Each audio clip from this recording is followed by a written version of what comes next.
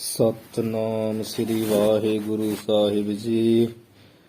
ਛੇਵਾਂ ਅਧਿਆਇ। ਦੋਹਰਾ। ਦਵੈ ਦਿਜ ਦਵੈ ਨਰਿਪ ਅਗਨ ਸ਼ਵ ਹਰ ਦੰਪਤ ਦਵੈ ਬੈਲ ਇਨ ਕੇ ਬੀਚ ਨ ਜਾਈਐ ਇਹ ਦੁਖ ਦਾਇਕ ਗੈਲ। ਦਵੈ ਦਿਜ ਦਵੈ ਨਰਿਪ ਅਗਨ ਸ਼ਵ। ਵਾਹਿਗੁਰੂ ਜੀ ਕਾ ਖਾਲਸਾ ਵਾਹਿਗੁਰੂ ਜੀ ਕੀ ਫਤਿਹ।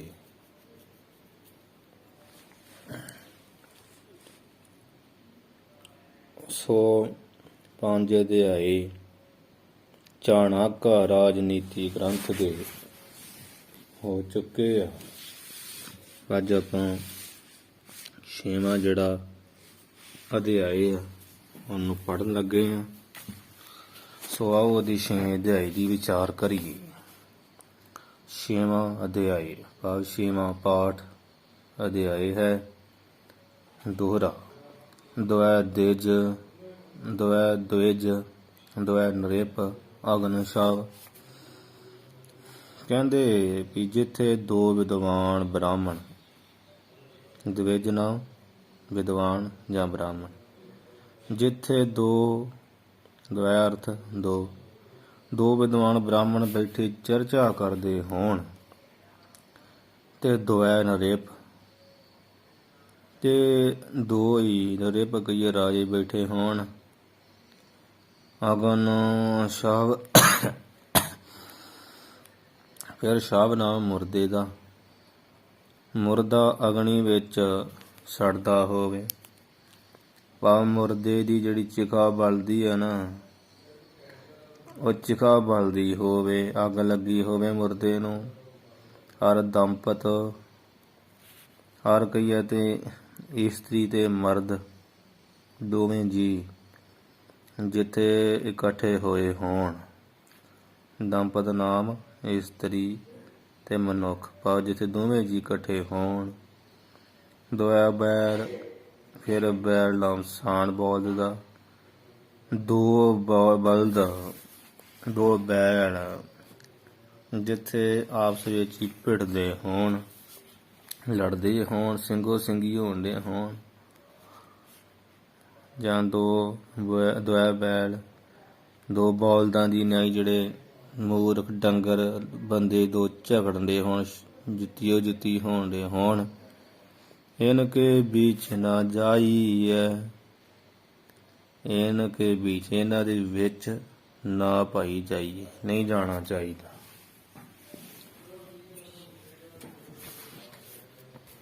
ਜਾਈਏ ਜੱਜੇ ਕੰਨਾ ਈੜੀ ਬਿਹਾਰੀ ਐੜੇ ਦਲਾਵਾਂ, ਜਾਈਏ ਪਾਠ ਕਰ ਲਿਓ।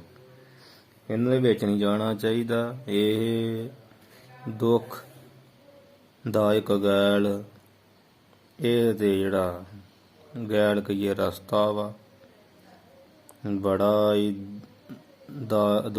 ਦੁੱਖ ਦੇਣ ਵਾਲਾ ਹੈ। ਦਾਇਕ ਨਾਮ ਦੇਣ ਵਾਲਾ, ਦੁੱਖ ਦੇਣ ਵਾਲਾ ਵਾ।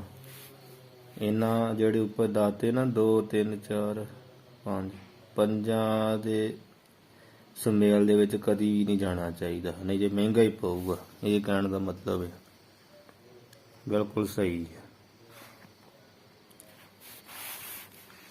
ਚਰਚਾ ਕਰਦੇ ਜਦੋਂ ਗੱਲ ਕਰਾਂਗੇ ਤੇ ਆਪਣਾ ਸਿਰ ਪੜਵਾਵਾਂਗੇ, ਕਿਉਂਕਿ ਉਹਦੇ ਵਿਦਵਾਨ ਹੈ, ਆਪਾਂ ਨੂੰ ਤੇ ਆਉਂਦਾ ਕੱਖ ਨਹੀਂ। ਦੋ ਰਾਜੇ ਸਲਾਹ ਕਰਨ ਦੇ ਵਿੱਚ ਜਾਣਾ ਨਹੀਂ ਚਾਹੀਦਾ। ਸਲਾਹ ਦੇਵਾਂਗੇ ਰਾਜੇ ਤੇ ਹੁੰਦੇ ਕੋਈ ਮੂਰਖ, ਫਿਰ ਸਜ਼ਾ ਸੁਜਾ ਦਿੱਤੀ ਜਾਊਗੀ।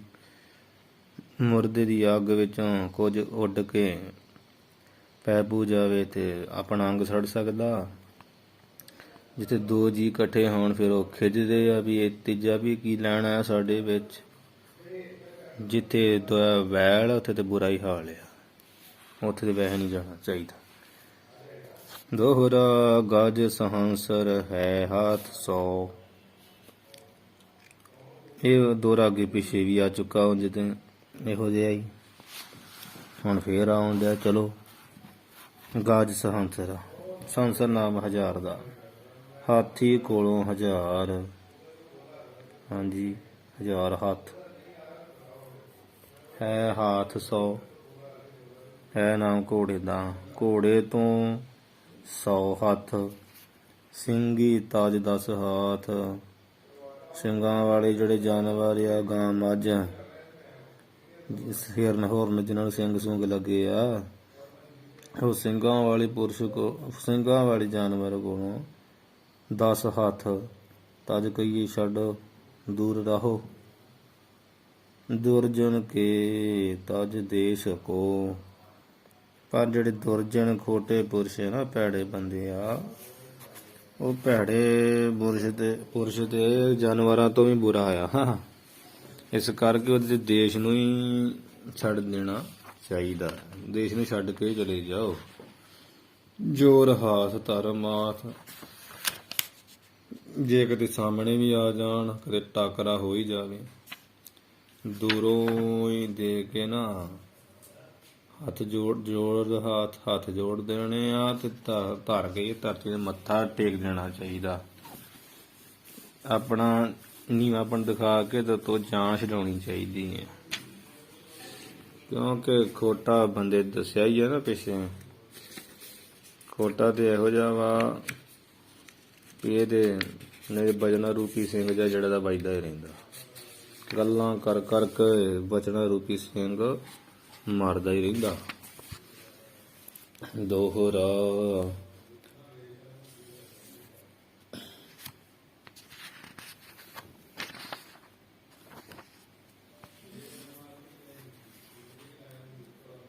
ਵਿਦਿਆ ਗਾਇਨ। ਹਾਂਜੀ, ਨਹੀਂ ਇਹ ਦੋਹਰਾ ਕਈ ਦੋਹਰੇ, ਤੀਜਾ ਦੋਹਰਾ ਕਈ ਪੋਥੀ ਵਿੱਚ ਇਵੇਂ ਲਿਖਿਆ, ਗਜ ਅੰਕੁਸ਼ ਤੇ ਹੋਤ ਵਸ।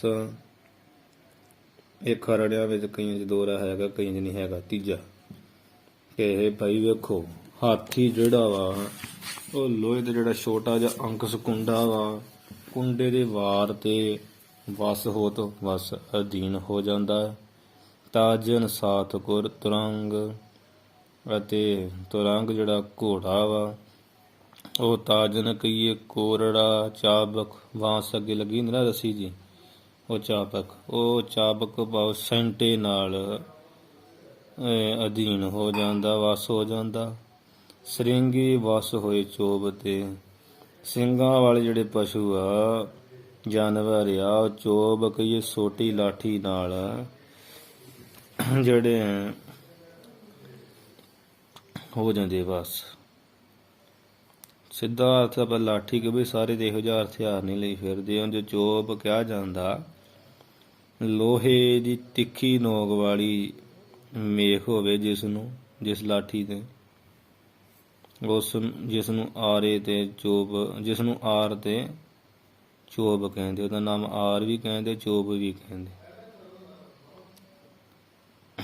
ਜਿਸ ਨੂੰ ਹੋਵੇ ਨਾ ਸੋਟੇ ਵਿੱਚ ਤਿੱਖੀ ਮੇਖ ਲਾਈ ਹੋਵੇ ਸਿਰੇ ਤੇ।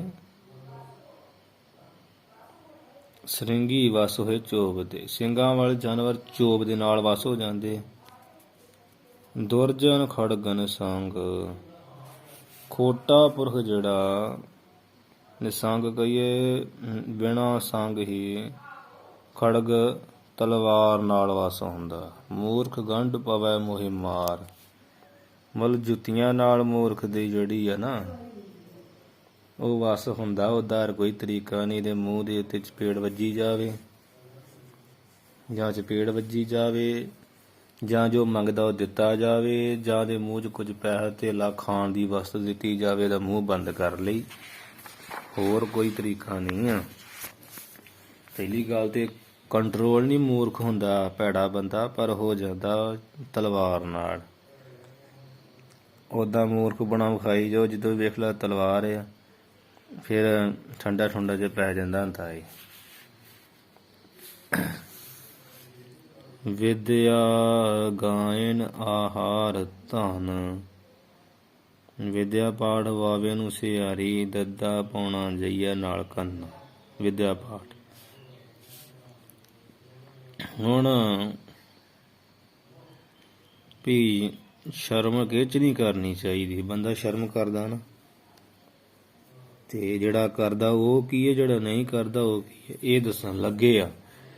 ਵਿਦਿਆ ਕਹੀਏ ਪੜ੍ਹਨ ਵੇਲੇ, ਕੋਈ ਵਿਦਿਆ ਹੁਨਰ ਸਿੱਖਣ ਵੇਲੇ, ਪੜ੍ਹਨ ਵੇਲੇ। ਗਾਇਨ, ਗਾਉਣ ਸਮੇਂ, ਭਾਵੇਂ ਉਹ ਗੁਰਬਾਣੀ ਗਾਉਣੀ ਹੈ, ਭਾਵੇਂ ਆਮ ਗੀਤ, ਭਾਵੇਂ ਪਰਮੇਸ਼ਰ ਦਾ ਜਸ ਕਰਨਾ ਕਥਾ ਦੇ ਵਿੱਚ ਵੀ, ਇਹ ਗਾਇਨ ਕਹੀਏ ਗਾਉਣ ਵੇਲੇ। ਆਹਾਰ, ਖਾਣ ਪੀਣ ਵਕਤ, ਕਿਵੇਂ ਕਈ ਲੋਕ ਹੁੰਦੇ ਨਾ, ਜੀ ਜਾ ਕਰੀ ਜਾਂਦਾ ਪਰ ਸੰਗ ਕਰੀ ਜਾਂਦੇ, ਐਵੇਂ ਸ਼ਰਮ ਜੀ ਕਰੀ ਜਾਂਦੇ ਆ। ਜਦੋਂ ਮੂੰਹ ਅੱਗੇ ਮੂਵੀ ਮਾਵੀ ਜੀ ਆ ਜੇ ਵਿਆਹਾਂ ਵਿਆਹਾਂ 'ਚ, ਜਾਂ ਜੀ ਅੰਦਰੋਂ ਕਰਦਾ ਤੇ ਐਵੇਂ ਆਪਣਾ ਦਿਖਾਉਂਦੇ ਵੀ ਅਸੀਂ ਬੜੇ ਹੈਗੇ ਆ, ਘੱਟ ਖਾਂਦੇ ਆ, ਅੰਦਰੋਂ ਚਾਹਨਾ ਜ਼ਿਆਦੀ, ਤਾਂ ਕਰਕੇ। ਆਹਾਰ ਕਹੀਏ ਭੋਜਨ ਕਰਨ ਸਮੇਂ। ਧਨ, ਫਿਰ ਜਿਹੜਾ ਵਪਾਰ ਕਰਨ ਵੇਲੇ, ਪੈਸਾ ਕਮਾਉਣ ਵਿੱਚ, ਭਾਵ ਕੰਮਕਾਰ ਕਰਨ ਵੇਲੇ। ਹਾਂਜੀ। ਔਰ ਪੰਚਮ ਵਿਆਪਾਰ, ਪੰਜਵਾਂ ਜਿਹੜਾ ਵਪਾਰ ਕਰਨ ਵੇਲੇ, ਲੈਣ ਦੇਣ ਸਮੇਂ। ਵਪਾਰ ਹੁੰਦਾ ਲੈਣਾ ਦੇਣਾ। ਇਹ ਪੰਜ ਜਿਹੜੇ ਕੰਮ ਮੁੱਖ ਆ ਜ਼ਿੰਦਗੀ ਦੇ ਵਿੱਚ, ਇਨ ਮੈਂ ਲਾਜ ਨਾ ਚਾਹੀਏ। ਇਹ ਜਿਹੜੇ ਪੰਜੇ ਕਹੇ, ਵਿਦਿਆ ਗਾਉਣ ਵੇਲੇ, ਭੋਜਨ ਵੇਲੇ, ਧਨ ਕਮਾਉਣ ਲਈ ਕੰਮ ਕਾਰ ਵੇਲੇ, ਵਪਾਰ ਦਾ ਲੈਣ ਦੇਣ ਕਰਨ ਸਮੇਂ, ਕਹਿੰਦੇ ਇਨ ਮੈਂ ਲਾਜ ਨਾ ਚਾਹੀਏ। ਇਹ ਕਿਸੇ ਇੱਕ ਦੇ ਕਰਨ ਲੱਗਿਆ ਵੀ ਇਹਨਾਂ ਪੰਜਾਂ ਵਿੱਚੋਂ ਹੀ, ਪੰਜੇ ਹੀ ਹੈ ਜਾਂ ਕੱਲਾ ਕੱਲਾ, ਕੁਝ ਵੀ ਇਹਨਾਂ ਵਿੱਚੋਂ ਕਰ ਲੱਗਿਆ ਜਿਹੜਾ ਲਾਜ, ਸ਼ਰਮ, ਸੰਕੋਚ ਨਹੀਂ ਕਰਨਾ ਚਾਹੀਦਾ। ਹਾਂਜੀ। ਸੰਗ ਸ਼ਰਮ ਜਿਹੜੀ ਹੈ ਦੂਰ ਕਰ ਦੇਵੇ, ਨਿਡਰ ਹੋ ਕੇ, ਨਿਸੰਗ ਹੋ ਕੇ ਕਰੇ, ਤਾਂ ਉਹਨੂੰ ਕੁਝ ਖੱਟੀ ਹੋਊਗੀ। ਨਿਝੱਕ ਹੋ ਕੇ ਕਰਨੇ ਚਾਹੀਦੇ ਵਪਾਰ, ਵਿਦਿਆ ਪੜ੍ਹਨੀ, ਇਹਦੇ ਵਿੱਚ ਸੰਗ ਨਾ ਕਰੇ। ਕਰੇ ਸੋ ਮੁਗਧ ਗਵਾਰ, ਕਹਿੰਦੇ ਜੇ ਕੋਈ ਇਹਦੇ ਵਿੱਚ ਲਾਜ ਕਰਦਾ, ਸੰਕੋਚ, ਸੰਗ ਸ਼ਰਮ ਕਰਦਾ, ਤੇ ਉਹ ਮੁਗਧ, ਉਹ ਤੇ ਬਹੁਤ ਵੱਡਾ ਮੂਰਖਾਂ ਸਿਰ ਮੂਰਖ ਆ। ਮੁਗਧ ਕਰੀਏ ਉਹ ਤੇ ਬੇਸਮਝਿਆ, ਗਵਾਰ ਕਹੀਏ ਉਹ ਮੂਰਖ ਮਨੁੱਖ ਆ। ਗਵਾਰ ਕਹੀਏ ਮੂਰਖ ਮਨੁੱਖ ਆ ਜਿਹੜਾ ਇਹ ਪੰਜ ਕੰਮਾਂ ਨੂੰ ਕਰਦਿਆਂ ਕਰਦਿਆਂ ਸ਼ਰਮ ਕਰਦਾ। ਸ਼ਰਮ ਨਹੀਂ ਕਰਨੀ ਚਾਹੀਦੀ ਇਹਨਾਂ ਪੰਜ ਕੰਮਾਂ ਨੂੰ ਕਰਦੇ ਸਨ। ਸਿੱਧ ਔਖਦੀ ਮੰਤਰ ਪੁੰਨ। ਸਿੱਧ ਕੋਈ ਦਵਾਈ ਜਿਹੜੀ ਆ ਔਖਦੀ, ਔਖਦੀ ਨਾਮ ਦਵਾਈ ਦਾ, ਕੋਈ ਦਵਾਈ ਜਿਹੜੀ ਸਿੱਧ ਕਹੀਏ ਪਰਖੀ ਹੋਈ। ਸਿੱਧ ਪਾਠ ਲਿਖਣਾ ਕਿਵੇਂ ਆ? ਸੱਸੇ ਸਿਆਰੀ ਧੱਦੇ ਸਿਆਰੀ, ਇਹ ਸੁੱਧ ਆ। ਸੱਸੇ ਸਿਆਰੀ ਉੱਤੇ ਧੱਦਾ ਸੁੱਧ ਨਹੀਂ ਪਾਠ। ਸੱਸੇ ਸਿਆਰੀ ਧੱਦੇ ਸਿਆਰੀ ਇਹ ਸੁੱਧ ਪਾਠ ਹੈ। ਕੋਈ ਜਿਹੜੀ ਔਖ ਦੀ ਕਹੀਏ ਦਵਾਈ ਪਰਖੀ ਹੋਈ, ਮੰਤਰ ਪੁਣ। ਫਿਰ ਕੋਈ ਜਿਹੜਾ ਮੰਤਰ ਆ, ਹਾਂਜੀ, ਕਿਸੇ ਦੇਵੀ ਦੇਵਤੇ ਦੀ ਮੰਤਰ ਸਿੱਧੀ ਕਰਨ ਲਈ ਮੰਤਰ ਮਿਲਿਆ, ਤੇ ਉਹ ਜਿਹੜਾ ਸਿੱਧ ਕੀਤਾ ਹੋਇਆ ਮੰਤਰ, ਹਾਂਜੀ, ਸਿੱਧ ਸ਼ਬਦ ਜਿਹੜਾ ਦੋਵੇਂ ਪਾਸੇ ਲਾ ਲੈਣਾ ਵੀ ਦਵਾਈ ਸਿੱਧ ਕਹੀਏ, ਸਿੱਧ ਕੀਤੀ ਪਾ ਪਰਖੀ ਹੋਈ, ਤੇ ਮੰਤਰ ਕੋਈ ਸਿੱਧ ਕੀਤਾ ਹੋਇਆ। ਤੇ ਪੁੰਨ ਸ਼ਬਦ ਨਾਲ ਦਹਿਲੀ ਦੀਪ ਕੇ ਇੱਧਰ ਮੰਤਰ ਪੁੰਨ ਵੀ ਤੇ ਪੁੰਨ ਮੈਥਨ ਵੀ ਇੱਧਰ ਹੀ ਲੱਗ ਜਾਣਾ। ਪੁੰਨ ਮੈਥਨ, ਫਿਰ ਵੀ ਮੈਥਨ ਇਸਤਰੀ ਨਾਲ ਜਿਹੜਾ ਕੋਈ ਭੋਗ ਸੰਬੰਧ ਕੀਤਾ ਹੋਇਆ, ਅਤੇ ਘਰ ਦੁਸ਼ਟਾਏ, ਘਰ ਦਾ ਕੋਈ ਵੀ ਜਿਹੜਾ ਦੁਸ਼ਟਾਏ ਖੋਟਾ, ਦੁਸ਼ਟਾਏ ਕਹੀਏ ਭੈੜਾ ਕੰਮ, ਕਿ ਸਿੱਧਾ ਜਿਵੇਂ ਘਰ ਵਿੱਚ ਕੋਈ ਮਾੜੀ ਦੁਸ਼ਟਾਏ ਮਾੜੀ ਘਟਨਾ ਹੋਈ ਹਾਂ, ਜਾਂ ਵੀ ਇਸਤਰੀ ਜੇ ਕੋਈ ਖੋਟਾ ਜਿਹਾ ਕਰਮ ਘਰ ਵਿੱਚ ਕਰ ਜਾਏ, ਭਾਵੇਂ ਵਿਚਾਰਾ ਅਦ ਕੀਤਾ ਹੋਵੇ। ਕੋ ਸਤ ਕੋ ਕਰਮ ਕੋ ਭਗਤ ਏ। ਕੋ ਸਤ ਹੁੰਦਾ ਜਿਹੜਾ ਬੇਇਤਫਾਕੀ, ਖੋਟੀ ਸਲਾਹ ਕੋ ਕਰਮ, ਖੋਟਾ ਕਰਮ, ਅਤੇ ਕੋ ਕਪ ਕੋ ਭਗਤ ਏ, ਤੇ ਖੋਟੀ ਸੇਵਾ ਕੋ ਭਗਤ ਨਾਮ ਪਖੰਡ ਦਾ ਵੀ ਹੁੰਦਾ ਹੈ। ਭਗਤ ਇੱਕ ਕੋ ਭਗਤ ਭਾਵ ਪਖੰਡ, ਦੰਭ ਜਾਂ ਖੋਟੀ ਸੇਵਾ, ਖੋਟਾ ਭਗਤ ਪ੍ਰੇਮੀ। ਇਹ ਕਹੀਏ ਇਹ ਚੀਜ਼ਾਂ ਨੂੰ ਪ੍ਰਗਟ ਨਾ ਕਹੇ ਸੁਣਾਏ। ਕਦੇ ਵੀ ਕਿਸੇ ਕੋਲ ਪ੍ਰਗਟ ਕਰਕੇ, ਕਹਿ ਕਰਕੇ, ਆਖ ਕਰਕੇ ਨਾ ਸੁਣਾਏ, ਨਾ ਸੁਣਾਉਣਾ ਕਰੇ। ਅਰਥਾਤ ਪਰਖਿਆ ਹੋਇਆ ਦਾਰੂ ਦਵਾ ਬਣਾ ਕੇ ਦੇਵੇ, ਕਿਉਂਕਿ ਉਹਦੇ ਪ੍ਰਗਟ ਕੀਤਿਆਂ ਲੋਕਾਂ ਨੂੰ ਨਿਸ਼ਚਾ ਨਹੀਂ ਹੁੰਦਾ। ਠੀਕ ਹੈ ਜੀ। ਬਸ ਦੱਸੇ ਨਾ ਕਿ ਬਣੀ ਜੇ ਦਾਤਾ, ਫਿਰ ਲੋਕਾਂ ਨੂੰ ਆਮ ਜਿਹਾ ਹੀ ਹੈ। ਹੋਵੇ ਭਾਵੇਂ ਬੜਾ ਤਗੜਾ ਕਾਰਜ ਕਰਨ ਵਾਲਾ, ਕਹਿਣਾ ਇਹ ਤੇ ਘਰੇ ਬਣਾਈ ਹੋਈ। ਹਾਂਜੀ, ਉਹ ਦੱਸੇ ਨਾ। ਮੰਤਰ ਪ੍ਰਗਟ ਕੀਤਿਆ ਵੀ ਜਿਹੜਾ ਉਹ ਕਿਸੇ ਦੇ ਨਿਸ਼ਚਾ ਨਹੀਂ ਵੱਜਦਾ, ਨਾ ਉਹ ਮੰਤਰ ਸਿੱਧੀ ਇਸਦਾ ਫਲ ਹੀ ਮਿਲਦਾ ਕੋਈ। ਇਸੇ ਤਰ੍ਹਾਂ ਹੀ ਜਿਹੜੇ ਬਾਕੀ ਦੇ ਖੋਟੇ ਕਰਮ ਕਰੇ ਹੀ ਨਾ, ਜੇਕਰ ਰੱਬ ਵੱਲੋਂ ਹੋ ਵੀ ਜਾਣ ਤੇ ਇਹਨਾਂ ਨੂੰ ਪ੍ਰਗਟ ਨਾ ਕਰੇ। ਠੀਕ ਹੈ ਜੀ। ਕਿਉਂਕਿ ਇਹਨਾਂ ਦੇ ਪ੍ਰਗਟ ਕੀਤਿਆਂ ਹਾਨੀ ਹੁੰਦੀ, ਆਪਣੀ ਹੀ ਬੇਇੱਜ਼ਤੀ ਹੁੰਦੀ ਹੈ। ਜੇ ਕੋ ਭਗਤ ਕੋਈ ਪਖੰਡ ਹੋ ਗਿਆ ਹੋਵੇ, ਖੋਟਾ ਕਰਮ, ਕੋਈ ਖੋਟੀ ਸਲਾਹ ਦਿੱਤੀ ਗਈ ਹੋਵੇ ਕਿਸੇ ਨੂੰ, ਤੇ ਉਹਨੂੰ ਪ੍ਰਗਟ ਨਹੀਂ ਕਰਨਾ ਵੀ ਮੇਰੇ ਕੋਲ ਆ ਦਿੱਤੀ ਗਈ, ਫਿਰ ਇੱਦਾਂ ਨੁਕਸਾਨ ਹੋ ਗਿਆ, ਚੁੱਪ ਕੀਤੇ ਰਹਿਣਾ, ਜੋ ਹੋ ਗਿਆ ਸੋ ਹੋ ਗਿਆ। ਨਹੀਂ ਤਾਂ ਆਪਾਂ ਨੂੰ ਕਹਿਣਾ ਵੀ ਚੰਗਾ ਸਲਾਹਕਾਰਿਆਂ ਨੂੰ, ਬੇਇੱਜ਼ਤੀ ਆਪਣੀ ਹੁੰਦੀ ਹੈ। ਇਸ ਪ੍ਰਕਾਰ ਮੁੱਕਦੀ ਗੱਲ ਪ੍ਰਗਟ ਜ਼ਾਹਰ ਨਾ ਕਰੇ, ਨਾ ਕਹਿ ਕੇ ਸੁਣਾਵੇ। ਇੱਥੇ ਜਿੱਥੇ ਸਿੱਧ ਪਾਠ ਹੈ ਨਾ, ਇੱਥੇ ਵੇਦ ਪਾਠ ਵੀ ਹੈਗਾ। ਪਾਠ ਅੰਤਰ ਭੇਦ ਆ। ਵੇਦ ਨਾਮ ਹੁੰਦਾ ਵਿਧੀ ਦਾ, ਤਰੀਕੇ ਦਾ, ਜੁਗਤੀ ਦਾ, ਤਰ੍ਹਾਂ ਦਾ, ਕੁਝ ਹੀ ਸਮਝ ਲਓ। ਵੇਦ ਔਖਦੀ ਇੱਕ ਨੰਬਰ। ਇੱਕ ਕੋਈ ਕੰਮ ਕਰਨ ਦਾ ਜਿਹੜਾ ਵੇਦ ਕਹੀਏ ਤਰੀਕਾ, ਜਿਹੜਾ ਆਪਾਂ ਨੂੰ ਆਇਆ, ਮੰਤਰ ਪੁੰਨ, ਫਿਰ ਵੇਦ ਨਾਮ, ਵੇਦ ਦਾ ਹੁੰਦਾ ਵਾ ਇੱਕ। ਇਹ ਤੇ ਵੇਦ ਤੋਂ ਅਰਥ ਮਤਲਬ ਇਕੱਲਾ ਹੀ ਲੈਣਾ ਵੀ ਕੋਈ ਕੰਮ ਕਰਨ ਦਾ ਤਰੀਕਾ ਜਿਵੇਂ ਸਾਨੂੰ ਆ ਗਿਆ। ਫਿਰ ਔਖਦੀ ਕਹੀਏ ਦੂਜਾ, ਕਿਸੇ ਦਵਾਈ ਤਿਆਰ ਕਰਨ ਦਾ ਜਿਹੜਾ ਕੀਤਾ ਹੋਇਆ ਫਾਰਮੂਲਾ, ਜਿਹਨਾਂ ਆਪਾਂ ਵੇਦ, ਫਿਰ ਵੇਦ ਇੱਧਰ ਲਾ ਲੈਣਾ ਨਾਲ ਵੀ, ਜਿਵੇਂ ਕੋਈ ਤਰੀਕਾ ਸਿੱਖ ਲਿਆ, ਫਾਰਮੂਲਾ ਉਹਨੂੰ ਦਵਾਈ ਨੂੰ ਤਿਆਰ ਕਰਨ ਦਾ, ਮੰਤਰ ਪੁੰਨ।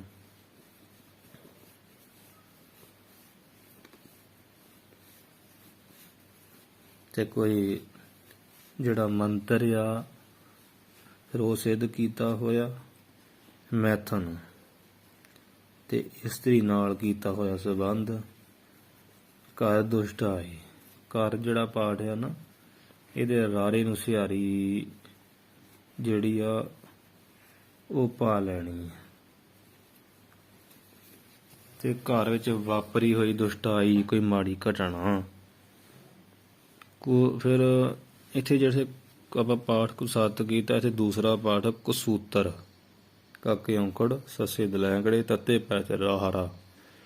ਕਸੂਤਰ ਨਾਮ ਹੁੰਦਾ ਖੋਟੀ ਸਲਾਹ ਦਾ, ਕੋਈ ਭੈੜਾ ਮਸ਼ਵਰਾ, ਵੀ ਕਿਸੇ ਦੀ ਦਿੱਤੀ ਹੋਈ ਜਿੱਦਾਂ ਮਾੜੀ ਸਲਾਹ, ਜਾਂ ਆਪਣੇ ਵੱਲੋਂ ਕਿਸੇ ਨੂੰ ਮਾੜੀ ਸਲਾਹ ਦਿੱਤੀ ਜਾਵੇ। ਕੋ ਕਰਮ, ਕੋਈ ਇਹੋ ਜਿਹਾ ਕੀਤਾ ਹੋਇਆ ਮਾੜਾ ਕੰਮ,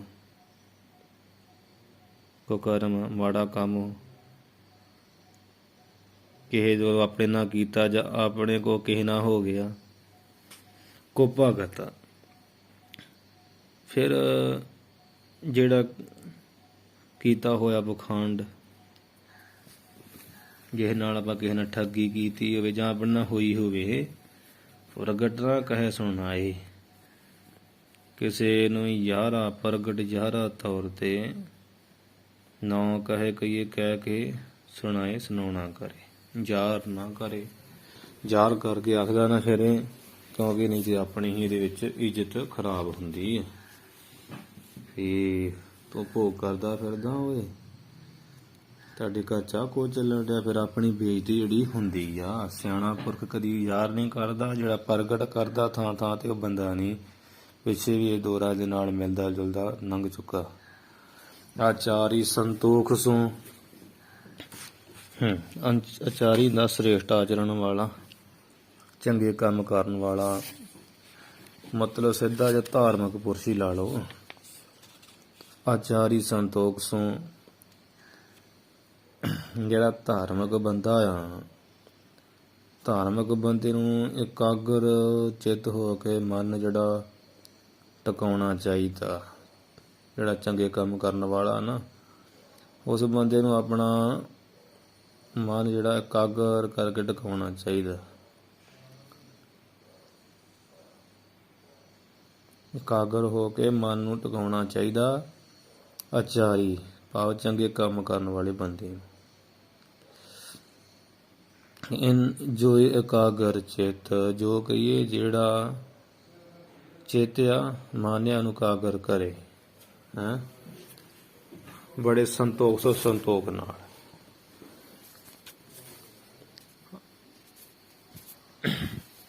ਆਚਾਰੀ ਸੰਤੋਖ ਸੋ ਜੋ ਇਕਾਗਰ ਚਿੱਤ, ਜੋ ਵੀ ਸ੍ਰੇਸ਼ਟ ਆਚਰਣ ਵਾਲਾ ਨਾ ਧਾਰਮਿਕ ਪੁਰਸ਼ ਤੇ ਸੰਤੋਖ ਸੋ, ਸੰਤੋਖ ਦੇ ਸਹਿਤ ਰਹਿਣ ਵਾਲਾ ਹੈ, ਸੰਤੋਖ ਨਾਲ।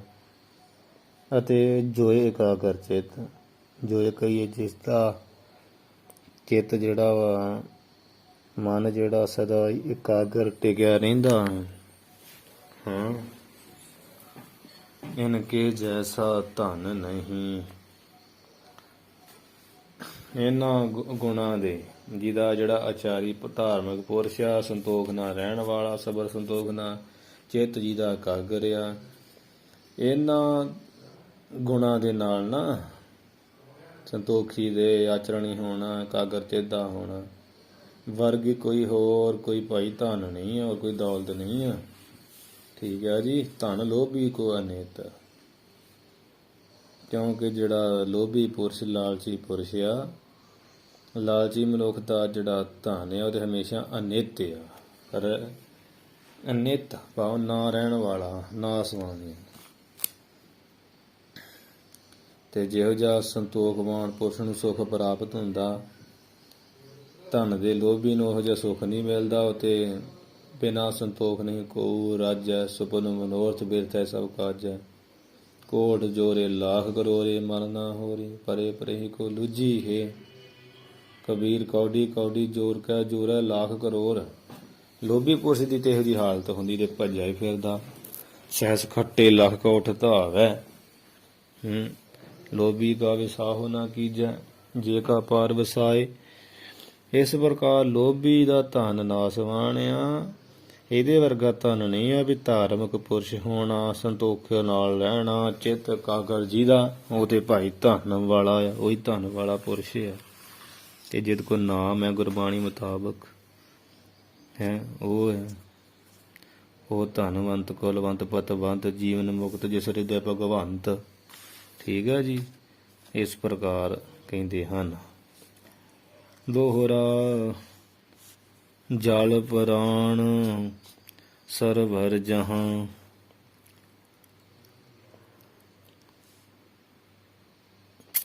ਜਿੰਦ ਨੂੰ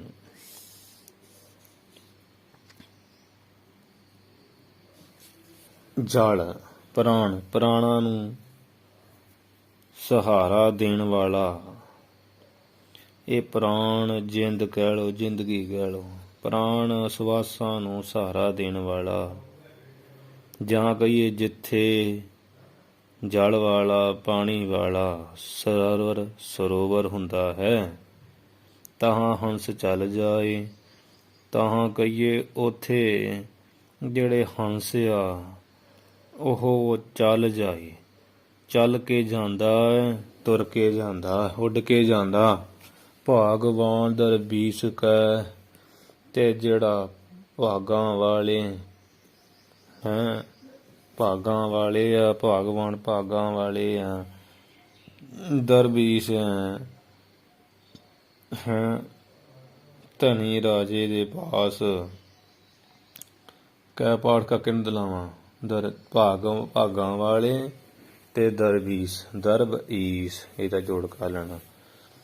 ਦਰਬੀਸ ਜਿਹਦਾ ਧਨ ਹੀ ਈਸ਼ਟ ਕਹੀਏ, ਇਸ਼ਟ ਆ, ਧਨ ਵਾਲਾ ਭਾਵ ਧਨਾੜ ਪੁਰਸ਼ ਹੈ, ਸ਼ਾਹੂਕਾਰ ਜਾਂ ਰਾਜਾ। ਉਹਨਾਂ ਦੇ ਪਾਸ ਗੁਣ ਜਨ ਜਾਏ ਸੁਭਾਏ, ਜਿਹੜੇ ਗੁਣੀ ਜਾਣੇ ਵਿਦਵਾਨ ਲੋਕ ਪੜ੍ਹੇ ਲਿਖੇ, ਉਹ ਗੁਣੀ ਜਾਣ ਜਾਏ ਸੁਭਾਏ। ਸੋ ਤੇ ਸੇਧੀ ਨਰ ਯਤਨ ਸੁਭਾਵ ਕੀ ਜਾਂਦੇ ਆ। ਠੀਕ ਆ ਜੀ।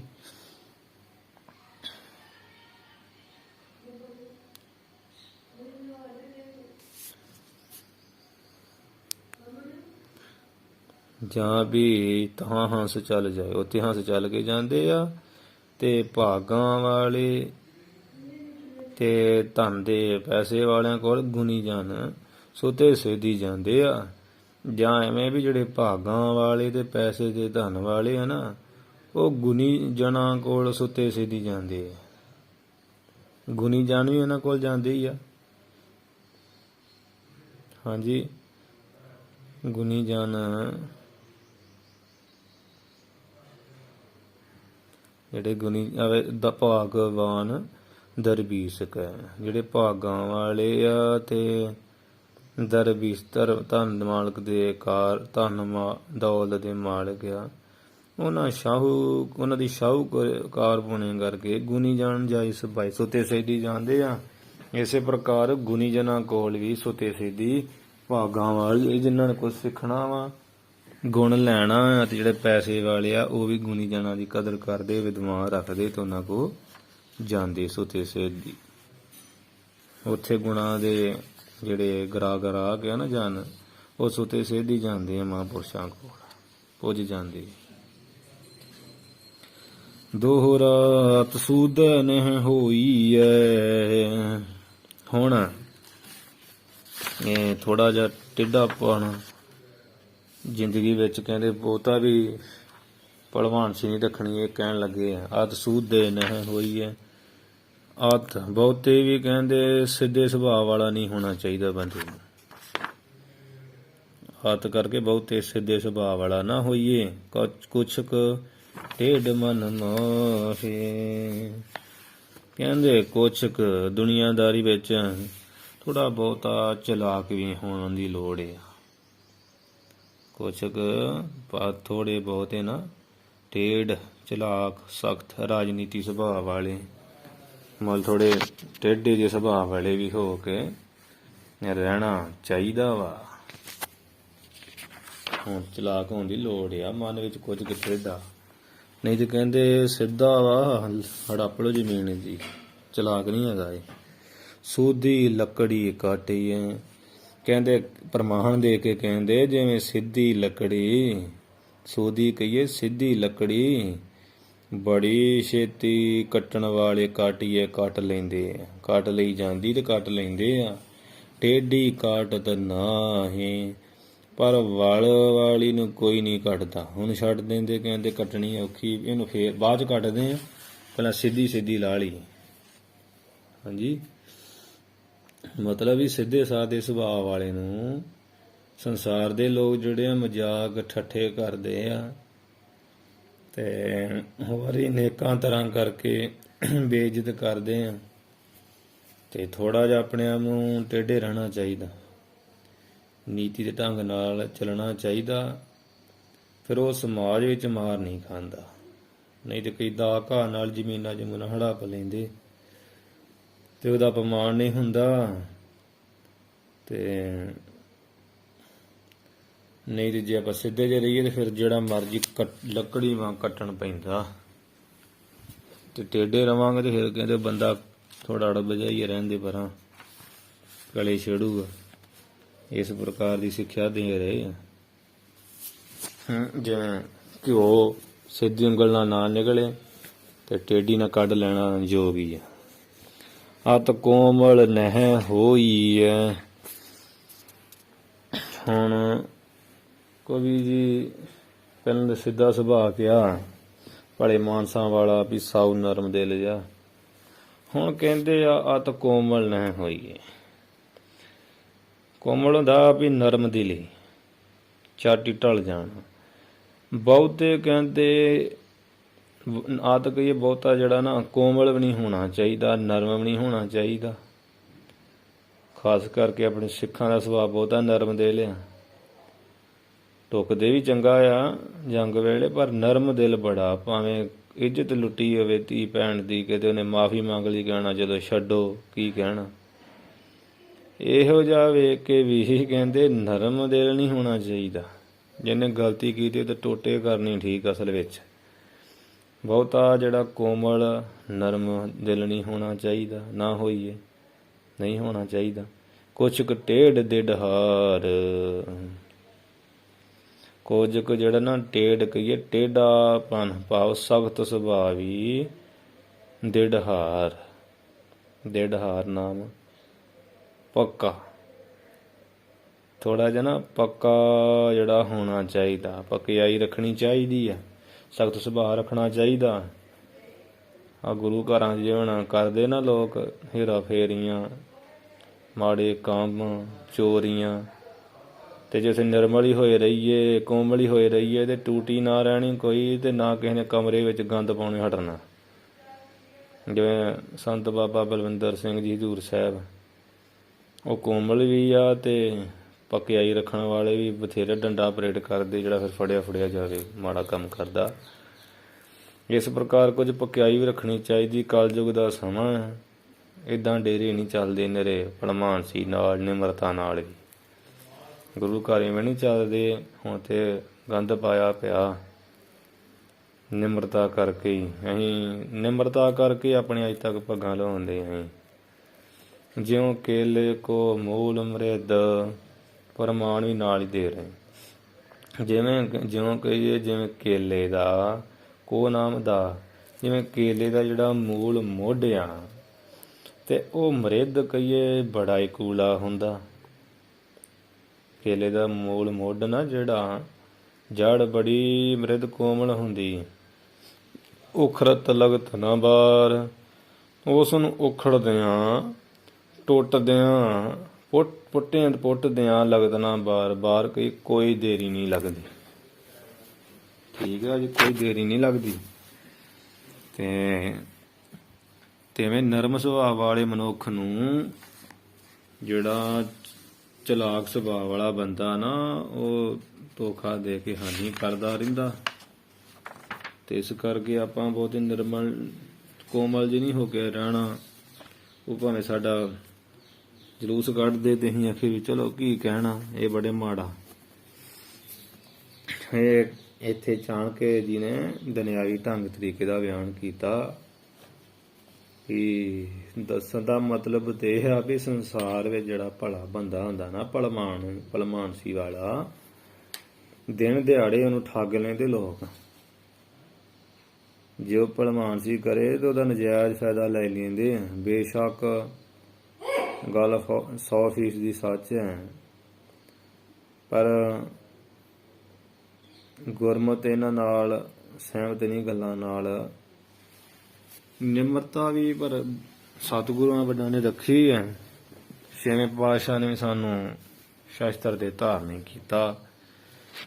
ਤੇ ਅਸੀਂ ਤੇ ਜਦੋਂ ਪਤਾ ਕਿਸੇ ਜੋਗੇ ਨਹੀਂ, ਤਾਂ ਅਸੀਂ ਕਹਿ ਦੇਣਾ ਵੀ ਵੇਖੋ ਸਾਡੇ ਸਤਿਗੁਰਾਂ ਨੇ ਕੁਰਬਾਨੀ ਦਿੱਤੀ ਨਿਮਰਤਾ ਨਾਲ। ਪਰ ਜਿਹੜੀਆਂ 14 ਜੰਗਾਂ ਦਸਵੇਂ ਪਾਤਸ਼ਾਹ ਨੇ ਲੜ ਕੇ ਮੂੰਹ ਤੋੜਿਆ ਵੈਰੀਆਂ ਦਾ, ਖਾਲਸੇ ਨੇ ਜੰਗਾਂ ਕਰਕੇ ਮੂੰਹ ਤੋੜਿਆ, ਉਹਦੇ ਵੱਲ ਤੇ ਜਾਂਦੇ ਹੀ ਨਹੀਂ। ਕਿਉਂਕਿ ਅਸੀਂ ਡਰਦੇ ਨਰਮ ਦਿਲੀ ਤੇ ਦਿਖਾ ਸਕਦੇ ਹਾਂ, ਟੇਢਾ ਵਿਹਾਰ ਨਹੀਂ ਵਿਖਾ ਸਕਦੇ, ਕਿਉਂਕਿ ਜੀਅ ਨਹੀਂ ਕਰਦਾ ਧਰਮ ਲਈ ਲੜਨ ਲਈ। ਅਸਲ ਵਿੱਚ ਤੇ ਸਾਧ ਸੰਗਤ ਜੀ, ਇਹ ਤੇ ਸਿਰ ਦਿੱਤਿਆਂ ਬਾਜ ਨਹੀਂ ਰਹਿਣਾ, ਧਰਮ ਸਿਰ ਦਿੱਤਿਆਂ ਬਾਜ ਨਹੀਂ ਰਹਿਣਾ। ਉੱਥੇ ਤੇ ਦੰਗਾ ਹੀ ਆ ਬਣਦਾ। ਜਾਤ ਗੋਤ ਸਿੰਘਨ ਕੀ ਦੰਗਾ, ਦੰਗਾ ਹੀ ਇਨ ਗੁਰ ਤੇ ਮੰਗਾ। ਇਹ ਸੁਭਾਅ ਵੀ ਰੱਖਣਾ ਪੈਣਾ। ਖਾਲਸਾ ਸੋਏ ਜੋ ਕਰੇ ਨਿਤ ਜੰਗ, ਖਾਲਸਾ ਸੋਏ ਜੋ ਚੜ੍ਹੇ ਤਰੰਗ, ਖਾਲਸਾ ਸੋਏ ਸ਼ਸਤਰ ਕੋ ਧਾਰੈ, ਖਾਲਸਾ ਸੋਏ ਦੁਸ਼ਟ ਕੋ ਮਾਰੈ। ਇਸ ਕਰਕੇ ਇਹਦੀ ਲੋੜ ਪੈਂਦੀ, ਨਿਹਰਾ ਪੂਰਾ ਪਰਮਾਨਸੀ ਨਹੀਂ ਚੱਲਦੀ। ਕਿ ਕਿਸੇ ਤਪੱਸਵੀ ਦੀ ਸ਼ਰਨ 'ਚ ਇੱਕ ਸੱਪ ਗਿਆ, ਜਿਵੇਂ ਤਪੱਸਵੀ ਨੇ ਉਹ ਸੱਪ ਨੂੰ ਕਿਹਾ ਕਿ ਤੂੰ ਕਿਸੇ ਨੂੰ ਡੰਗ ਨਹੀਂ ਮਾਰਨਾ। ਉਹ ਤਪੱਸਵੀ ਦਾ ਕਹਿਣਾ ਮੰਨ ਕੇ ਸੱਪ ਨੇ ਡੰਗ ਮਾਰਨਾ ਬੰਦ ਕਰ ਦਿੱਤਾ। ਜਿੱਥੇ ਕਿਸੇ ਨੂੰ ਰੱਸੀ ਦੀ ਲੋੜ ਪੈਂਦੀ ਤਾਂ ਸੱਪ ਫੜ ਕੇ ਆਪਣਾ ਕੰਮ ਚਲਾ ਲੈਂਦਾ। ਸੱਪ ਦਾ ਤੇ ਬੁਰਾ ਹਾਲ ਹੋ ਗਿਆ, ਉਹ ਤੇ ਬਣ ਗਿਆ ਰੱਸੀ, ਸੱਪ ਤੇ ਰਹਿ ਨਾ ਗਿਆ। ਅਚਨਚੇਤ ਇੱਕ ਦਿਨ ਫੇਰ ਉਸੇ ਸਾਧੂ ਨਾਲ ਸੱਪ ਦਾ ਮੇਲ ਹੋ ਗਿਆ। ਉਹਦੀ ਇਹੋ ਜਿਹੀ ਹਾਲਤ ਵੇਖ ਕੇ ਨਾ ਵੀ ਲੋਕ ਤੇ ਰੱਸੀ ਬਣਾ ਕੇ ਵੱਟਦੇ ਫਿਰਦੇ ਆ। ਸਾਧੂ ਨੇ ਇਹਦਾ ਕਾਰਨ ਪੁੱਛਿਆ ਕਿ ਇਹ ਕਿਉਂ, ਤੇਰੀ ਬੜੀ ਹਾਲਤ ਭਾਈ ਤਰਸਯੋਗ ਹੋਈ ਆ। ਸੱਪ ਨੇ ਕਿਹਾ ਤੁਸੀਂ ਮੈਨੂੰ ਡੰਗ ਮਾਰਨ ਤੋਂ ਹਟਾ ਦਿੱਤਾ ਮਹਾਰਾਜ। ਲੋਕ ਮੈਨੂੰ ਕਿਸੇ ਵੇਲੇ ਦੇ ਪੱਠੇ ਬੰਨ੍ਹਣ ਲਈ, ਕਦੀ ਲੱਕੜਾਂ ਬੰਨ੍ਹਣ ਲਈ, ਕਦੀ ਰੱਸੀ ਦਾ ਕੰਮ ਲੈਣ ਲਈ ਵਰਤਣਾ ਸ਼ੁਰੂ ਕਰ ਦਿੱਤਾ। ਇਹ ਤੁਹਾਡਾ ਜਿਹੜਾ ਉਪਦੇਸ਼ ਦਿੱਤਾ ਨਾ ਵੀ ਕੋਮਲ ਰਹਿਣਾ, ਡੰਗ ਨਹੀਂ ਮਾਰਨਾ, ਉਹਦੇ ਨਤੀਜਾ ਆ। ਤਪੱਸਵੀ ਨੇ ਕਿਹਾ ਮੈਂ ਤੈਨੂੰ ਡੰਗ ਮਾਰ ਤੋਂ ਰੋਕਿਆ ਸੀ, ਨਾ ਕਿ ਆਪਣਾ ਫੁੰਕਾਰਾ ਮਾਰਨੋਂ। ਪਰ ਲੋਕਾਂ ਵਿੱਚ ਡਰ ਜ਼ਰੂਰ ਰਹਿਣਾ ਚਾਹੀਦਾ। ਫੁੰਕਾਰਾ ਮਾਰਿਆ ਕਰ, ਆਪੇ ਹਟ ਜਾਣਗੇ, ਤੂੰ ਤੇ ਫੁੰਕਾਰਾ ਮਾਰਨਾ ਹੀ ਛੱਡ ਦਿੱਤਾ। ਕਹਿਣ ਤੋਂ ਬਾਅਦ ਸੱਪ ਨੇ ਵੇਖੋ ਮਾੜੀ ਜਿਹੀ ਕਿਹਾ ਵਾ ਵੀ ਮੈਂ ਨਾ ਕਿਸੇ ਕੁਝ ਕਰਾਂ, ਤੇ ਵਿਚਾਰੇ ਨੂੰ ਰੱਸੀ ਬਣਾ ਲਿਆ। ਇਸ ਕਰਕੇ ਕੋਮਲ ਨਹੀਂ ਹੋਣਾ ਚਾਹੀਦਾ ਬਹੁਤਾ। ਲੋਕ ਜਿਵੇਂ ਕਹਿ ਦਿੰਦੇ ਲੈ ਬਾਬਾ ਜੀ ਤੁਸੀਂ ਤੇ ਕਥਾ ਵਾਚਕ, ਤੁਹਾਨੂੰ ਨਰਮ ਰਹਿਣਾ ਚਾਹੀਦਾ। ਭਾਵੇਂ ਉਹ ਲੋਕ ਮਰਿਆਦਾ ਤੋਂ ਉਲਟ ਗੱਲ ਕਰਨ ਤਾਂ ਵੀ ਨਰਮ ਰਹਿਣਾ ਚਾਹੀਦਾ। ਇਹ ਕਿੱਥੇ ਲਿਖਿਆ? ਕੋਈ ਲਿਹਾਜ਼ ਨਹੀਂ। ਜਿਹੜਾ ਮਰਿਆਦਾ ਦੇ ਉਲਟ ਉਹਦਾ ਕੋਈ ਲਿਹਾਜ਼ ਕਰਨ ਦੀ ਜ਼ਰੂਰਤ ਨਹੀਂ ਹੈ। ਇਹੋ ਜਿਹੀ ਨਿਮਰਤਾ ਨਹੀਂ ਰੱਖਣੀ ਜਿਹੜੀ ਆਪਾਂ ਨਿਰਬਲੀ ਸਾਨੂੰ ਕਰ ਦੇਵੇ। ਇਹ ਤੇ ਨਿਕੰਮਾ ਪਾਣੀ। ਹਾਂ, ਸਵਰੋ ਵਿਚਾਰ ਇੰਨਾ ਹੀ ਅਰਥ ਆ। ਕੋਮਲ ਨਹੀਂ ਰਹਿਣਾ, ਗਲਤ ਨੂੰ ਗਲਤ ਕਹਿਣਾ, ਨਹੀਂ ਤੇ ਕੇਲੇ ਵਾਂਗ ਖੁੜ ਜਾਓਗੇ। ਠੀਕ ਹੈ ਜੀ, ਇਹ ਕਹਿਣ ਦਾ ਮਕਸਦ ਹੀ। ਦਰਬ ਕਮਾਈਐ ਖਾਈਐ।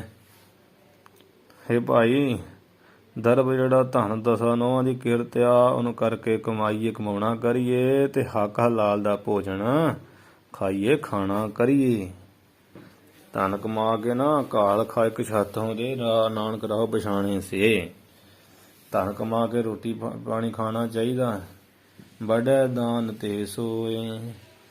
ਤੇ ਲੋੜਵੰਦ ਦੀ ਮਦਦ ਕਰਨ ਨਾਲ ਧਨ ਵਿੱਚ ਜਿਹੜੀ ਹੈ ਬਰਕਤ ਪੈਂਦੀ, ਵੱਧਦਾ ਆ।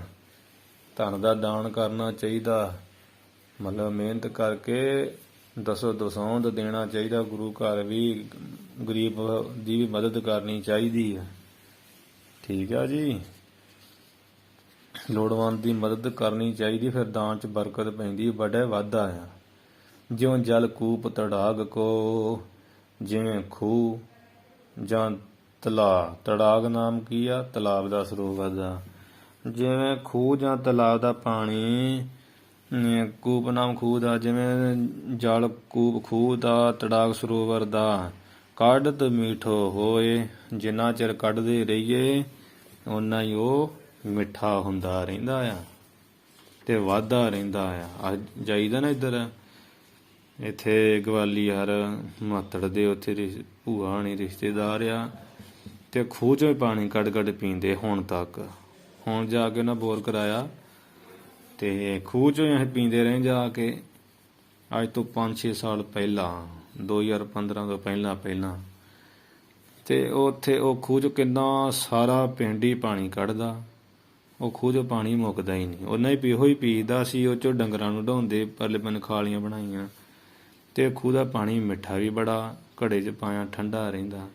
ਤੇ ਜਿੰਨਾ ਨਿਕਲਣਾ ਸਵੇਰੇ ਉਨਾ ਖੂਹ ਦਾ ਪਾਣੀ ਹੋਇਆ ਹੁੰਦਾ ਹੈ। ਇਹ ਕੁਦਰਤੀ ਵੱਡੀ ਦੇਣ ਆ ਨਾ, ਤੇ ਉਹਦੇ ਵਿੱਚ ਕਈ ਲੋਕ ਡਿੱਗੇ ਸਨ ਤੇ ਇੰਨਾ ਡੂੰਘਾ ਵੀ ਨਹੀਂ, ਰੱਬ ਹੀ ਪਾਣੀ ਵਿੱਚ ਪਾਉਣ ਵਾਲਾ। ਜਿਉਂ ਜਲ ਖੂਹ ਤੜਾਗ ਕੋ, ਜਿਵੇਂ ਜਲ ਖੂਹ ਦਾ, ਤੜਾਗ ਕਹੀਏ ਸਰੋਵਰ ਦਾ, ਬੌਲੀ ਦਾ, ਤਲਾਅ ਦਾ ਕੱਢਦਿਆਂ ਮਿੱਠਾ ਹੁੰਦਾ ਹੈ, ਇਸੇ ਪ੍ਰਕਾਰ ਜਿਉਂ-ਜਿਉਂ ਪੈਸਾ ਕਮਾ ਕੇ ਉਹਦੇ ਵਿੱਚੋਂ ਪੈਸਾ ਕੱਢ ਕੇ ਦਾਨ ਪੁੰਨ ਕਰੀਏ, ਖੂਹ ਦੇ ਮਿੱਠੇ ਜਲ ਵਾਂਗ ਮਿੱਠਾ ਰਹਿੰਦਾ ਧਨ ਤੇ ਨਾਲੇ ਵਾਧਾ। ਨਾ ਕ੍ਰੇਮ ਸੂਕੇ ਨਾ ਜਲ ਪਰਵਾਹਿਕ, ਸੁਭਗ ਸਵਾਦ ਤਿਉ ਅਰਥ ਸੁਭਾਏ।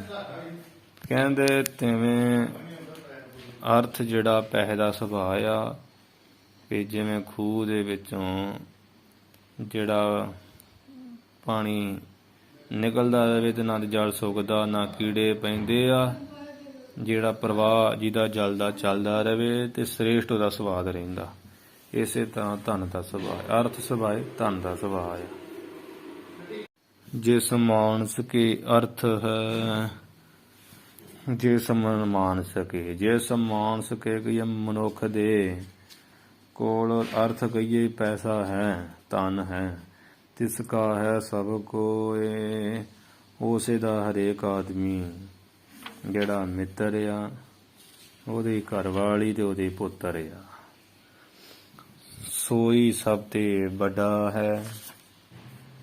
ਇੱਥੇ ਪਾਠ ਸ਼ੁੱਧ ਉਂਝ ਵਾਵੇ ਨਾ ਵੱਡਾ ਹੈ, ਵੱਡਾ ਕਹਿਣਾ ਆ, ਪਰ ਇਹ ਵੀ ਅਰਥ ਤੇ ਕੀ ਬਣਨਾ, ਸ਼ੁੱਧ ਪਾਠ ਵਾਵੇ ਨਹੀਂ ਵਾਵਾ ਡੱਡੇ ਕਰਨਾ। ਸੋਈ ਸਭ ਤੇ ਵੱਡਾ ਹੈ, ਉਹੀਓ ਪੁਰਸ਼ੀ, ਉਹੀਓ ਮਨੁੱਖ ਪੈਸੇ ਵਾਲਾ, ਜਿਹਦੇ ਕੋਲ ਪੈਸਾ, ਉਹ ਸਭ ਤੋਂ ਵੱਡਾ ਗਿਣਿਆ ਜਾਂਦਾ।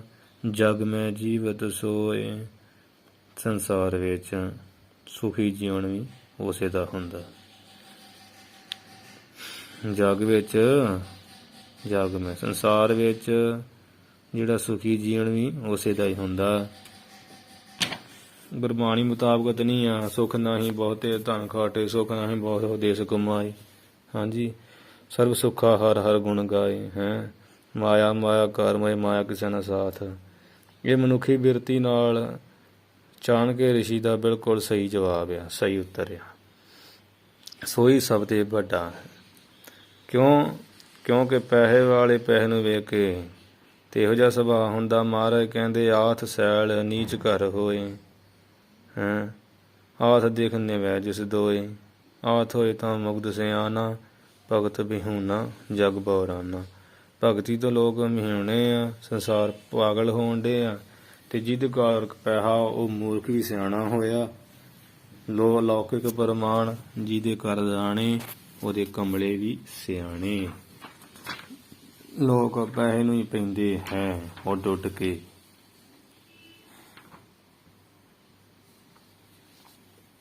ਅਰਥ ਹੋਏ ਹਰ ਦਾਨ ਬਿਨ, ਜਿਨ੍ਹਾਂ ਕੋਲ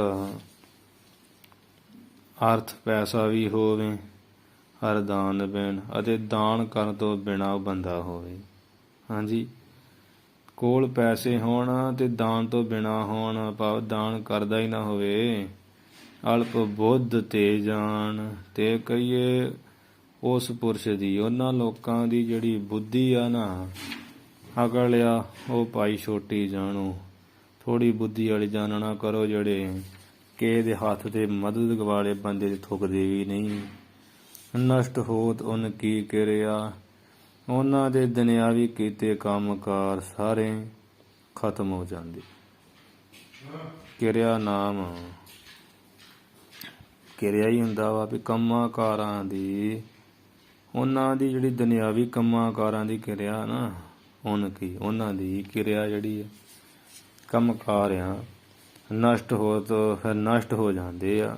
ਇਸ ਤਰ੍ਹਾਂ ਜਿਉਂ ਗਰੀਖ ਮਰਿਤ ਪਾਨ, ਜਿਵੇਂ ਗਰਮੀ ਦੀ ਰੁੱਤ, ਗਰੀਖਮ ਰੁੱਤ ਕਿਹੜੀ ਹੈ? ਦੂਸਰੀ ਰੁੱਤ ਆ। ਪਹਿਲੀ ਬਸੰਤ, ਦੂਸਰੀ ਗਰੀਖਮ, ਤੀਸਰੀ ਪਾਵਸ। ਹਾਂਜੀ, ਤੇ ਗਰੀਖਮ ਰੁੱਤ ਵਿੱਚ ਆਉਂਦਾ ਵਾ ਜੇਠ ਤੇ ਹਾੜ ਮਹੀਨਾ, ਜਿਹਦੇ ਵਿੱਚ ਅੱਤ ਦੀ ਗਰਮ ਹੁੰਦੀ। ਗਰੀਖਮ ਰੁੱਤ ਅੱਤ ਗਾਖੜੀ ਗੁਰਬਾਣੀ 'ਚ ਆਉਂਦਾ, ਮਤਲਬ ਜੇਠ ਹਾੜ ਦਾ ਮਹੀਨਾ ਤੇ ਸਿੱਧਾ ਜਿਹਾ ਗ੍ਰੀਕ ਦਾ ਅਰਥ ਗਰਮੀ। ਜਿਵੇਂ ਕਹਿੰਦੇ ਗਰਮੀ ਦੀ ਰੁੱਤ ਵਿੱਚ ਧਰਤੀ ਤੋਂ ਪਾਨ ਕਹੀਏ ਪਾਣੀ ਜਿਹੜਾ ਸੁੱਕ ਜਾਂਦਾ, ਹਾਂਜੀ, ਜਾਂ ਪਾਣ ਨਾ ਪੱਤੇ ਦਾ, ਹੁਣ ਪਾਣ ਦਾ ਪੱਤਾ ਨਹੀਂ, ਜਿਵੇਂ ਕਹਿੰਦੇ ਪਾਣ ਦਾ ਪੱਤਾ ਗਰਮੀ ਦੀ ਰੁੱਤ 'ਚ ਸੁੱਕ ਜਾਂਦਾ ਨਾ, ਠੰਡ 'ਚ ਹੀ ਹੁੰਦਾ ਉਹ। ਕਿ ਜਾਂ ਜਿਵੇਂ ਗਰਮੀ ਦੀ ਰੁੱਤ 'ਚ ਪਾਣੀ ਸੁੱਕ ਜਾਂਦਾ ਮਾਰੂਥਲਾਂ ਵਾਲੇ ਥਾਵਾਂ 'ਤੇ, ਚੰਗੀ ਚੰਗੀ ਧਰਤੀਆਂ 'ਤੇ ਆ ਬੁਰਾ ਹਾਲ ਹੋ ਜਾਂਦਾ ਇਹਨਾਂ ਦਿਨਾਂ 'ਚ MP ਵੱਲ, ਰਾਜਸਥਾਨ ਵੱਲ। ਅਤੇ ਪਾਨ ਦਾ ਪੱਤਾ ਜਿਵੇਂ ਕਹਿੰਦੇ ਸੁੱਕ ਜਾਂਦਾ, ਨਸ਼ਟ ਹੋ ਜਾਂਦਾ, ਇਵੇਂ ਉਹਨਾਂ ਦੀ ਕਿਰਿਆ ਦੁਨਿਆਵੀ ਨਸ਼ਟ ਹੋ ਜਾਂਦੀ। ਜਿਨ੍ਹਾਂ ਕੋਲ ਪੈਸਾ ਵੀ ਹੋਵੇ ਤੇ ਦਾਨ ਤੋਂ ਬਿਨਾਂ ਲੋਕ ਆ, ਉਹਨਾਂ ਨੂੰ ਅਕਲ ਵਾਲੀ ਨਾ ਸਮਝੋ, ਅਕਲ ਤੋਂ ਅੰਨੇ ਲੋਕ ਤੁਰੇ ਫਿਰਦੇ ਆ। ਅਰਥ ਪੂਜੀਆ ਜਗਤ ਮੈਂ, ਹਾਂਜੀ, ਕਹਿੰਦੇ ਸੰਸਾਰ ਦੇ ਵਿੱਚ ਧਨ ਦੀ ਹੀ ਪੂਜੀਏ ਪੂਜਾ ਹੁੰਦੀ, ਜਾਂ ਧਨ ਵਾਲੇ ਬੰਦੇ ਦੀ ਹੀ ਪੂਜਾ ਹੁੰਦੀ। ਧਨ ਕਰਕੇ ਦੁਨੀਆ ਵਿੱਚ ਪੂਜਾ ਕੀਤੀ ਜਾਂਦੀ ਹੈ ਬੰਦੇ ਦੀ, ਤੇ ਧਨ ਦੀ ਲੋਕ ਪੂਜਾ ਕਰਦੇ ਸੰਸਾਰ ਵਿੱਚ। ਦੇਹ ਪੂਜੀਅਤ ਨਾਹੀਂ, ਇੱਜ਼ਤ ਮਿਲਦੀ ਨਾ ਜਿਹੜੀ ਪੈਸੇ ਕਰਕੇ ਮਿਲਦੀ ਹੈ ਲੋਕਾਂ ਨੂੰ, ਸਰੀਰ ਨਹੀਂ ਪੂਜਿਆ ਜਾਂਦਾ। ਜੇ ਕੋਈ ਚਾਰ ਪੈਸੇ ਉਹਦੇ ਲੋਕ ਮਗਰ ਮਗਰ ਤੁਰੇ ਫਿਰਦੇ ਆ। ਸਤਿ ਸ੍ਰੀ ਅਕਾਲ ਸਰਪੰਚ ਜੀ, ਸਤਿ ਸ੍ਰੀ ਅਕਾਲ ਮੈਂਬਰ ਜੀ, ਨੰਬਰਦਾਰ ਜੀ, MLA ਸਾਹਿਬ, ਉਹਦੇ ਜਿਹੜੇ ਅਹੁਦੇ ਪੈਸੇ ਵਾਲੇ ਉੱਥੇ ਹੀ ਪੂਜਾ ਕਰਾਉਂਦੇ ਆ, ਦੇ ਨਹੀਂ ਪੂਜੀ ਜਾਂਦੀ। ਜਿੱਦਾਂ ਲੱਥ ਗਿਆ ਫਿਰ ਕੋਈ ਪੁੱਛਦਾ ਵੀ ਨਹੀਂ। ਸ੍ਰੇਸ਼ਟ ਹੈ ਚੰਡਾਲ ਜਗ, ਭਾਵੇਂ ਕਹਿੰਦੇ ਨੀਵੀਂ ਜਾਤੀ ਦਾ ਮਨੁੱਖ ਕਿਉਂ ਨਾ ਹੋਵੇ, ਤੇ ਉਹ ਸ੍ਰੇਸ਼ਟ ਆ, ਉੱਤਮ ਚੰਗਾ। ਚੰਡਾਲ ਵੀ ਨੀਵੀਂ ਜਾਤ ਦਾ ਬੰਦਾ ਜਗ ਕਹੀਏ ਸੰਸਾਰ ਵਿੱਚ। ਧਨ ਹੈ ਜਿਹ ਘਰ ਮਾਹੀ, ਜਿਸ ਦੇ ਘਰ ਵਿੱਚ ਪੈਸਾ ਹੈ, ਹਾਂਜੀ, ਜਿਸ ਘਰ ਧਨ ਹੈ ਦੌਲਤ ਹੈ, ਉਹ ਤੇ ਸ੍ਰੇਸ਼ਟ ਚੰਗਾ ਬੰਦਾ ਵਾ, ਭਾਵੇਂ ਨੀਵੀਂ ਜਾਤੀ ਦਾ ਚੰਡਾਲ ਕਿਉਂ ਨਾ ਸੰਸਾਰ ਵਿੱਚ ਹੋਵੇ। ਠੀਕ ਆ, ਸੰਸਾਰ ਵਿੱਚ ਧਨ ਵਾਲੇ ਨੂੰ ਸਭ ਕੋਈ ਚੰਗਾ ਜਾਣਦੇ ਆ, ਧਨੀ ਪੁਰਖ ਦੀ ਸਭ ਕੋਈ ਗੱਲ ਮੰਨਦਾ। ਧਨ ਵਾਲੇ ਨੂੰ ਲੋਕ ਆਦਰ ਦੇ ਕੇ ਸਭ ਤੋਂ ਅੱਗੇ ਬਿਠਾਉਂਦੇ, ਆਓ ਆਓ ਬੈਠੋ, ਕੁਰਸੀ ਕੱਢੋ, ਆਓ ਕਰੋ ਜੇ ਕਰੋ। ਉਹਦੀ ਦੇਹ ਦਾ ਕੋਈ ਆਦਰ ਨਹੀਂ, ਪੈਸੇ ਕਰਕੇ ਆਦਰ ਆ। ਦੇਹਾਂ ਤੇ ਗਰੀਬਾਂ ਮਾਤੜਾਂ ਕੋ ਵੀ ਹੁੰਦੀਆਂ, ਸਾਰਾ ਧਨ ਦਾ ਹੀ ਆਦਰ ਆ। ਜੇ ਨੀਵੀਂ ਜਾਤ ਵਾਲਾ ਬੰਦਾ ਪੈਸਾ ਹੋਵੇ ਤਾਂ ਵੀ ਉਹਦਾ ਆਦਰ ਕਹਿੰਦੇ ਬੜਾ ਰੱਜਿਆ ਪੁੱਜਿਆ ਹੈਗਾ, ਤੇ ਛੋਟਾ ਹੀ ਆ। ਇਸ ਲਈ ਸੰਸਾਰ ਵਿੱਚ ਧਨ ਦੀ ਸ਼ੋਭਾ ਹੁੰਦੀ, ਪਰ ਪਰਲੋਕ ਵਿੱਚ ਨਹੀਂ ਹੁੰਦੀ। ਜਿਹੇ ਮਾਰਗ ਕੇ ਗਨ ਜਾਹੇ ਨਾ ਕੋਸਾ, ਹਰ ਕਾ ਨਾਮ ਊਹਾ ਸੰਗਤੋਸਾ। ਰੇ ਰੇ ਦਰਗਾਹ ਕਹੇ ਨਾ ਕਉ, ਆਓ ਬੈਠ ਸਾਦਰ ਸੁਖ ਦੇਉ। ਉੱਥੇ ਪੈਸੇ ਵਾਲੇ ਨੂੰ ਨਹੀਂ ਪੁੱਛਿਆ ਜਾਂਦਾ ਵੀ ਬੜਾ ਪੈਸੇ ਦਾ ਮਾਲਕ, ਉੱਥੇ ਤੇ ਜੁੱਤੀਆਂ ਵੱਜਦੀਆਂ ਪੈਸੇ ਵਾਲੇ ਨੂੰ।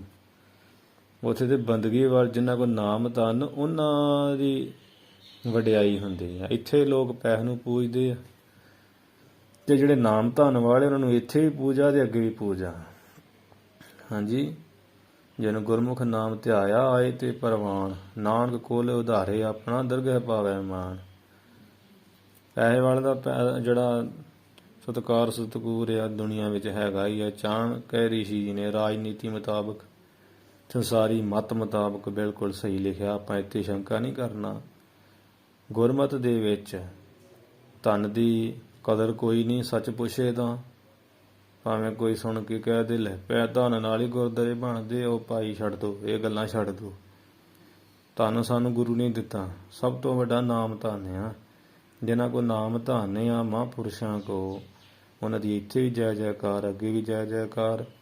ਜਿਨ੍ਹਾਂ ਕੋਲ ਇੱਥੇ ਪੈਸੇ ਕਰਕੇ ਜੈਕਾਰ, ਉਹਨਾਂ ਦੇ ਅੱਗੇ ਤੇ ਜੁੱਤੀਆਂ ਸੰਗਲ ਘਸੀਟੇ ਜਾਂਦੇ ਆ। ਗਲ ਸੰਗਲ ਕੱਤ ਚਲਾਇਆ ਵਿੱਚ ਦੁਨੀਆਦਾਰ ਹੈਗਾ ਜਿਹੜਾ ਵੱਡਾ ਹੋਆ, ਦੁਨੀਆਦਾਰ ਵੱਡਾ ਦੁਨੀਦਾਰ, ਗਲ ਸੰਗਲ ਘੱਤ ਚਲਾਇਆ। ਅੱਗੇ ਕਰਨੀ ਕੀਰਤ ਵਾਚੀ ਬੈ ਲੇਖਾ ਕਰ ਸਮਝਾਇਆ, ਥਾਵ ਨਾ ਹੋਵੀ ਪੌਦੀ ਹੁਣ ਸੁਣੀਏ ਕਿਆ ਰੁਆਇਆ।